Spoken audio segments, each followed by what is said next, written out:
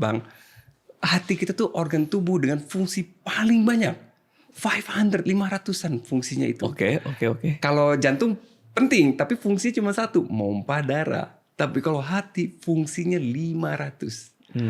Dan tanpa Bang Radit sadar, apapun yang Bang Radit makan lewat mulut, pas di usus, diserap, itu sebelum ke jantung, semua harus ngelewatin hati dulu. Oke. Jadi disortir gitu, mana yang bagus buat kita, mana yang enggak buat kita. Itu kerjaannya hati kita, Bang. Makanya 500 fungsinya, metabolisme protein, metabolisme lemak, semua di situ. 500 fungsi itu. Dengan kita berpuasa, kita seperti mengistirahatkan hati kita dari, Bang Radit misalnya punya 500 skill ya, tapi waktu Bang Radit terbatas. Coba kalau diistirahatin 300 tugas diistirahatin, Bang Radit bisa optimal dengan 200 skill yang lain kan Bang. Nah begitu pula hati kita.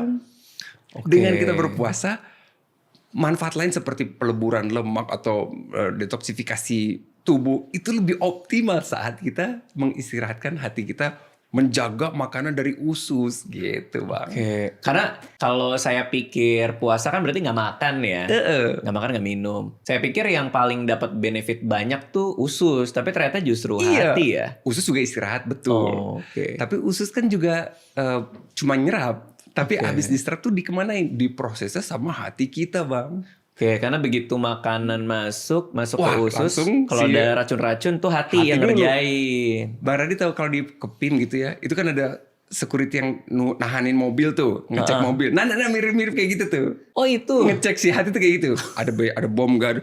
Kalau ada, dia yang meledak duluan Bang. Oke. Tapi kan kita nggak kena, hati kita rusak. Makanya hati adalah organ dengan regenerasi sel terbanyak setelah kulit. Mati, ganti sel baru, mati, sel baru. Gitu Bang hati kita itu. Makanya katanya kalau orang hatinya dipotong, dia bisa tumbuh lagi? Tumbuh lagi, bahkan separuh dipotong mau didonorin, itu bisa tumbuh lagi. Walaupun bentuknya jadi aneh ya. Oh, bentuknya jadi aneh? Bentuknya jadi kayak, kan beda numbuhnya jadi nggak sama-sama sebelumnya gitu. Berarti donor hati itu tidak merugikan yang ngasih tidak mungkin. Yang ngasih hati ya? Nggak bakal. Kalau ginjal kan dia nggak tumbuh lagi kan? Nggak tumbuh lagi. Kalau hati tumbuh lagi. Tumbuh lagi. Jadi boleh transplantasi. Apalagi kalau orang tua ke anak atau adik kakak itu aman tuh DNA-nya.